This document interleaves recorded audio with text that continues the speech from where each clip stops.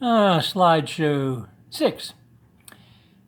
What we're looking here is a block of wood that's set into the render in the wall, and it's like 4 inches high and 5.5 inches wide.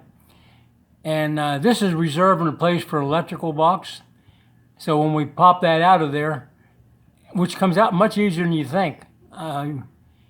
I thought we were going to take a hole saw and then cut it with a chisel and knock it out. But they took them out in about 2 or 3 minutes apiece, and there's like 90 of them. So in the morning they were done with it.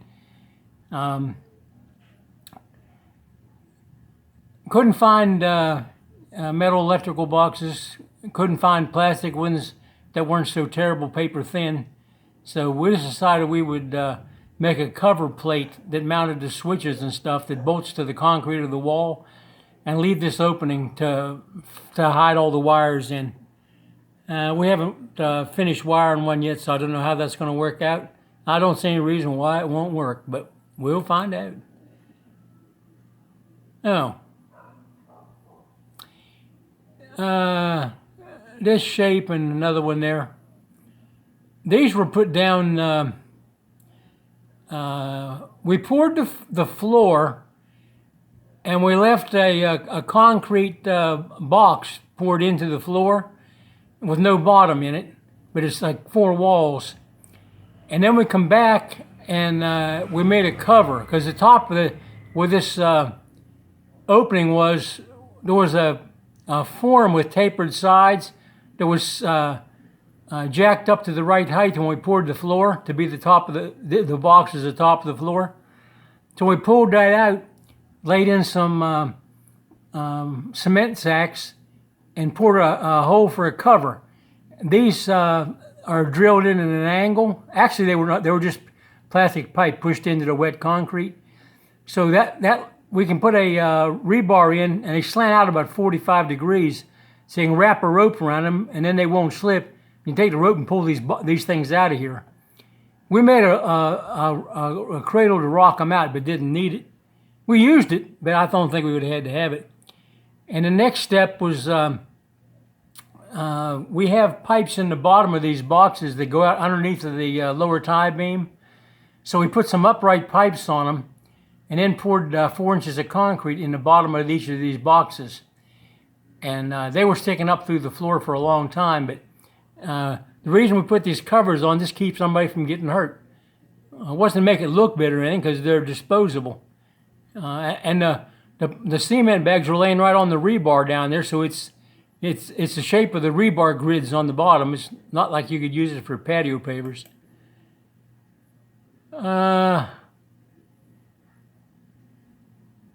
Master bathroom. These 2 holes here is for the pipes to go into a water filter and a pump and stuff for a jacuzzi. We don't know if we're going to ever put a jacuzzi. We may build one, we may not. We may be too old to get into it, I'm not sure. But anyway, the house has got the holes put in there to run it into the utility room, which is behind that wall. There's a 5-foot deep room walled off back here, and it's got the same door out into the atrium as the other 9 segments. So it looks like just like one of the guys, you know. That's a close-up of the 3-inch pipes. They were just pipes cut 7 inches long and clamped between the 2 forms. And when you take the forms down, I'm not sure the pipes might still be in there. That might be the pipe. It might have been black PVC, I'm not sure. But that was just to make a place that we wouldn't hit rebar if we drilled a hole. And plus, they even have to drill the hole. This is unfinished work. This is a column. And this right out of the forms, just got a few little dings in it over here. That might be from a pry bar trying to get the forms off. This has got to be poured right up to the ceiling. But I got to connect to this. Is that out of your picture?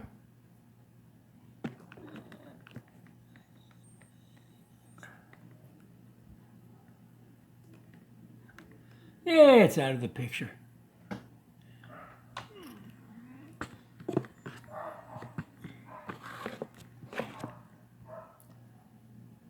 Yeah.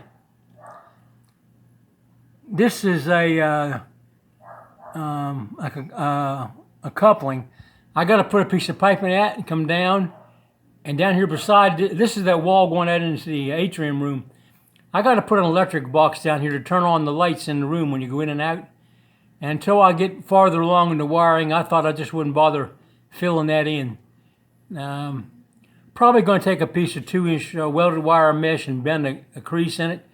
Just make it easier to figure out where the almost flush is. And then when that sets up, they can come back and render it. This is another look at the shoring that's holding up the right now it's a workshop for making windows. This darkness up here is phenolic board.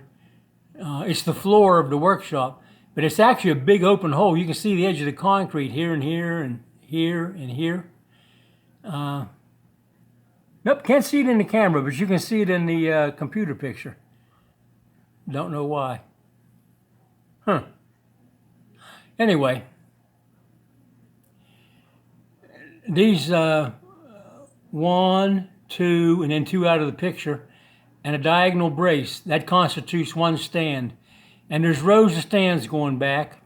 And then across the stands, we have a board connecting them together at 2 heights, the bottom and up here. And then we have some running the other way, like this one, connects them together that way. And at the top, there's sleepers laid on them that are screwed from underneath. And phenolic board is on top of them, screwed down from the top. And all this can come back out in big pieces. These pieces will fit through a doorway if we want to use them for something outside.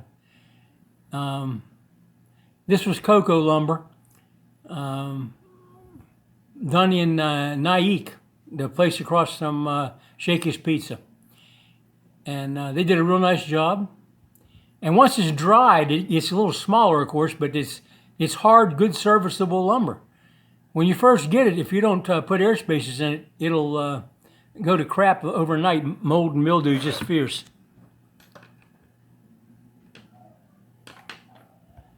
Where's the picture thing? There it is.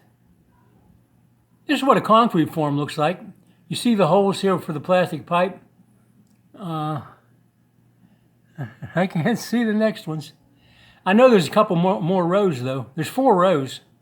There's another row that close to this other edge, and then there's 2 in here. Here's one. And there's one. So there's a row down there and a row here. That's about right, because you would be able to put the nut on through here. And then these forms bolt to each other back here. And there's a hole saw hole in this back.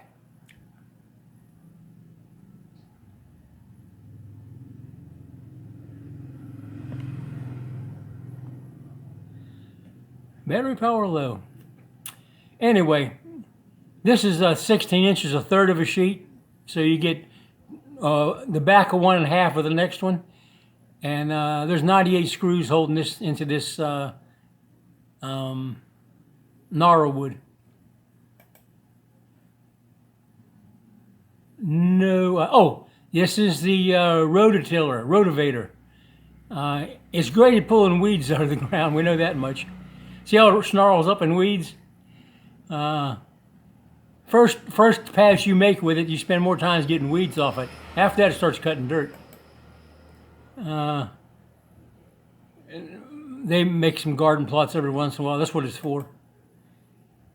It's all snarled up in weeds like it usually is. It gets a hat, keep the sun off of it. This gear case is completely full of oil all the way to the top. The fill and check hole is at the top, and there's a drain hole dead in the bottom. So we fill it clear to the top. We think it's supposed to be full of oil, but we can't read Russian to know what was. Baku. Baku didn't make it. That was my dog. That's his mama. Suchai. And Suchai's had about the 7th batch of puppies now. A nicer dog you wouldn't want to meet. It looks sad, but I don't really think it is. It was brought to the farm when it was like 2 or 3 weeks old, and it's 6 years old now, and it's never been anywhere else. It knows what guard dog is. It knows not to go very far down the street. It never goes into anybody else's property. It'll go out on the road out front once in a while and to the tricycle stand and back in, but it doesn't really go anyplace. It knows where the property line is. This is what the metal bin and stand used to sit on when we were making stirrups. These things here go 3 feet or about a meter down into the ground with plates on the end of them. So we haven't bothered to dig it up. The ground is so hard. And if I took the stand off, that's 4 things to trip over. And I don't need the stand because I got the table. There's Baku again. And that's Boy. That's transportation. That's a 175 Kawasaki. It goes 37 miles per hour wide open, but it looks like a motorcycle. The motor scooters blow by you. This is built to have a tricycle sidecar on it. And that's why it's geared like it is. If you turn the throttle on at lower speeds, the front end comes right off the ground. It's geared way too low. I need to change the sprocket. I just never did it. I might let somebody have it for a sidecar at some point, and I don't want them to overload the engine. And 37 miles an hour pretty much keeps up with traffic where we live. You can pass some things. This is our sand shaker. The bottom part is looking better than it does now, but the top is the same ragged phenolic board. We sometimes put another piece up there out to the side when they're using it.